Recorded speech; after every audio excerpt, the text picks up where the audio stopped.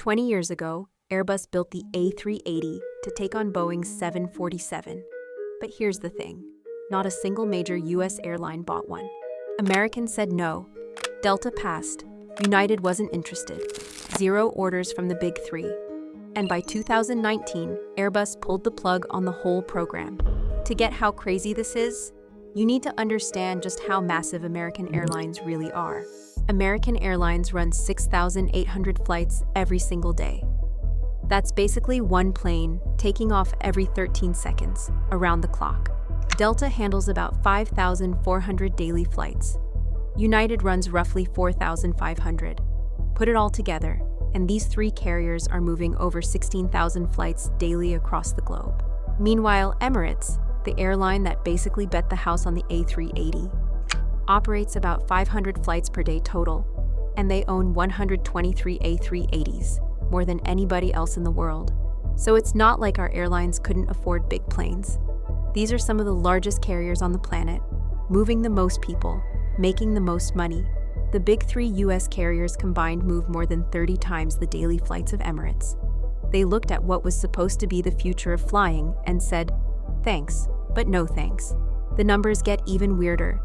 Between 2005 and 2015, U.S. airlines ordered over 1,400 new aircraft.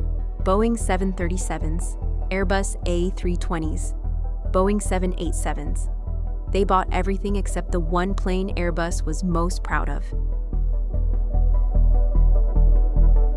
Here's something most people don't know. American Airlines didn't just blow off the A380. They actually flew to France to check it out. In 2004, executives from American, Delta, and United made the trip to Toulouse for private demos. Airbus rolled out the red carpet. They showed off mock-ups, ran the numbers, offered sweet launch deals. I mean, on paper, the A380 looked fantastic. But then, the moment we ran the US market projections, the numbers just didn't add up. I've always wondered what went down in that room. The Americans asked all the tough questions. How many gates need major renovations? What's the turnaround time? How do you consistently fill 850 seats? Then something interesting happened. All 3 airlines walked away and immediately started buying completely different planes. American ordered 42 Boeing 787s. Delta bought 25 Airbus A350s. United went with 35 Boeing 787s. What did they see that made them sprint towards smaller planes instead? Here's how American Airlines really think about new routes. They have what I call the Kansas City test, though they probably don't call it that.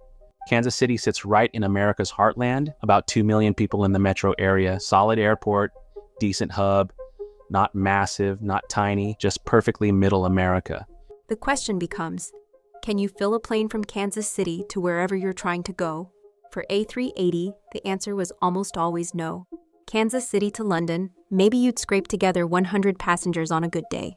To fill an A380's typical 525 seats, you'd need passengers from Kansas City, plus St. Louis, plus Indianapolis, plus Nashville, all getting funneled through Chicago or New York first. But here's what American Airlines figured out, and it's pretty brilliant. Those same 100 folks from Kansas City would rather pay extra for a direct flight than deal with connections, even if it's on a smaller plane. So Americans started flying 787s direct from places like Kansas City to London and Nashville to London, mid-sized American cities straight to major international destinations. But the A380 basically forced you into the old hub-and-spoke game. Smaller planes? They made it possible to give Americans what they really wanted, direct flights from wherever they lived. Now you might be wondering, how's a 787 even allowed to fly from Kansas City to London? That's over 4,000 miles of mostly empty Atlantic Ocean. This is where things get technical for a minute, but stick with me because this changes everything about how we fly today. Back in 1985, if you wanted to cross an ocean, you needed 4 engines. The rule was simple: stay within 60 minutes of an airport in case something goes sideways. Lose 1 engine, you've got 3. Lose 2, which almost never happens. You've still got 2 to get you somewhere safe. But engines got stupid reliable, like ridiculously reliable, so regulators started loosening the rules. By 2007, something called ETOPS 330 got approved. Don't sweat what all those letters mean. The key number is 330. That's 330 minutes, or 5.5 hours, that a twin-engine plane can fly away from the nearest airport. Think about what this means. A 787 with just 2 engines can now handle routes that used to require 4-engine monsters, like the 747 or A380. This didn't just change American aviation, it basically destroyed the A380's entire business case. But here's what gets me. Airbus saw this coming. They had their own twin-engine long-range planes, the A330 and later the A350. So why did they still blow billions developing the A380?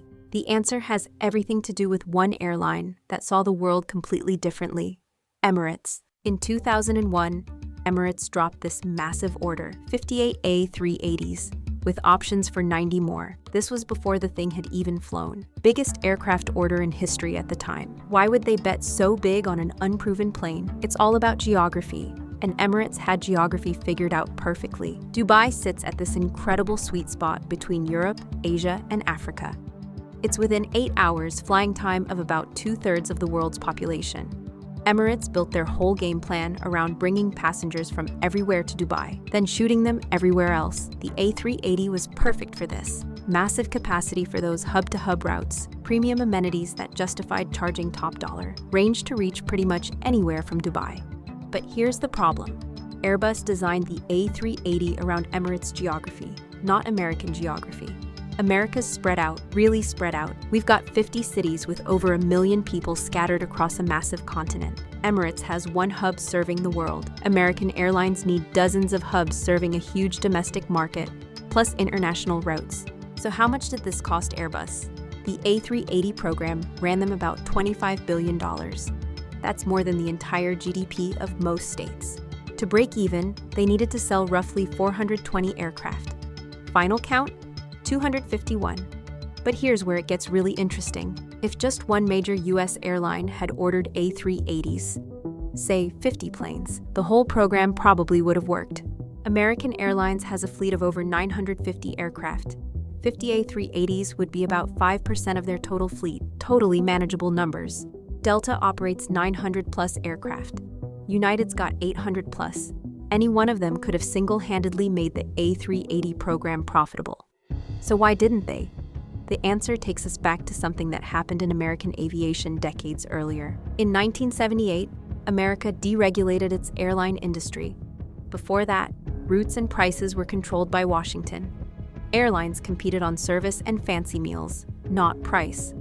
After deregulation, anyone could fly anywhere and charge whatever they wanted. Competition went absolutely nuts. This created something pretty unique to American aviation. Passengers became incredibly price-sensitive. European and Middle Eastern airlines can charge premium prices because they don't face the same cutthroat competition. Emirates can fill A380s with passengers paying $2,000 for economy because there might be 1 or 2 other airlines on that route. But American routes? They're brutal. New York to Los Angeles has 8 different airlines slugging it out. If American tries to charge premium prices for A380 luxury, JetBlue's going to undercut them with cheaper flights on 737s. American passengers, by and large, chose cheap tickets over spacious cabins. And cheap tickets require efficient planes, not necessarily big planes. The A380 was designed for a world of regulated airlines and captive passengers. American deregulation killed that world 30 years before the A380 even flew. But let's say US airlines had actually wanted A380s. Could they even operate these things? Most major US airports can technically handle them.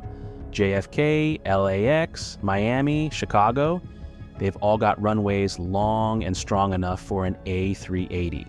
But the problem isn't runways, it's gates. An A380 needs these special gates with dual-level boarding bridges to handle both decks.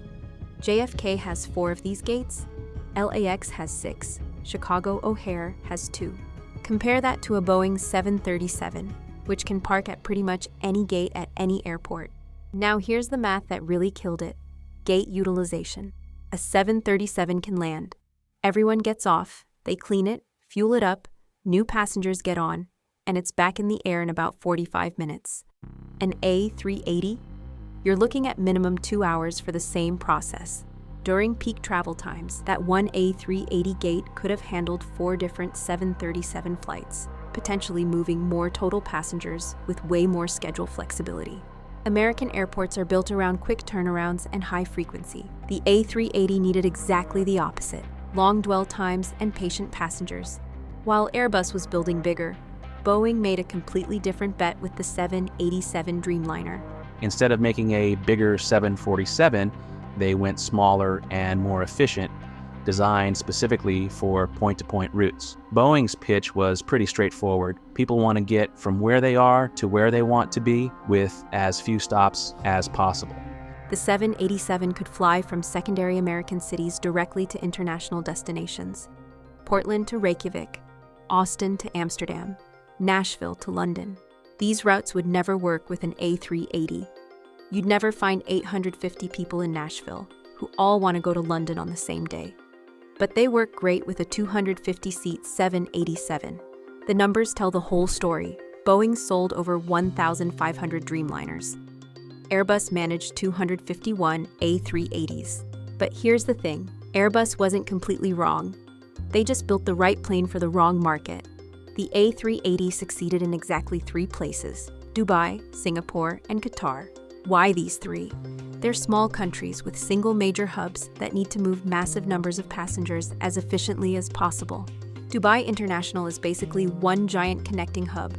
Almost every passenger is just passing through to somewhere else. The A380's high capacity is perfect for this kind of operation. But American airports are different. Even major hubs like Atlanta or Chicago serve huge local populations. Maybe 60% of passengers are connecting, but 40% actually live there and are starting or ending their trips. You can't fill 850 A380 seats when nearly half your traffic is local travelers who have dozens of flight time options throughout the day. When Airbus launched the A380, they were projecting 1,200 sales over 20 years. They were counting on American orders to make it work. Without them, 251 total aircraft built. Emirates bought 123, nearly half of all A380s ever made. Singapore took 24. Lufthansa grabbed 14. Everyone else split small orders. By 2018, Airbus was building maybe 8 A380s per year. They needed at least 30 annual deliveries just to break even. The program that was supposed to challenge Boeing's dominance, instead, proved that American Airlines understood their own market better than European engineers did. Today, those same American airlines are using 787s and A350s to open routes the A380 never could have served. Direct flights from secondary American cities to international destinations that simply wouldn't generate enough demand for 850 seats. The A380 was engineered for a world of mega hubs and patient passengers. American Airlines built their networks around impatient passengers who'd rather pay a bit extra for convenience. American Airlines figured out that being everywhere beats being enormous. The A380 needed 850 passengers going to the same place at the same time. American routes needed flexibility, so while Emirates built their brand around double-decker luxury, American Airlines chose smaller planes that could fly anywhere, anytime.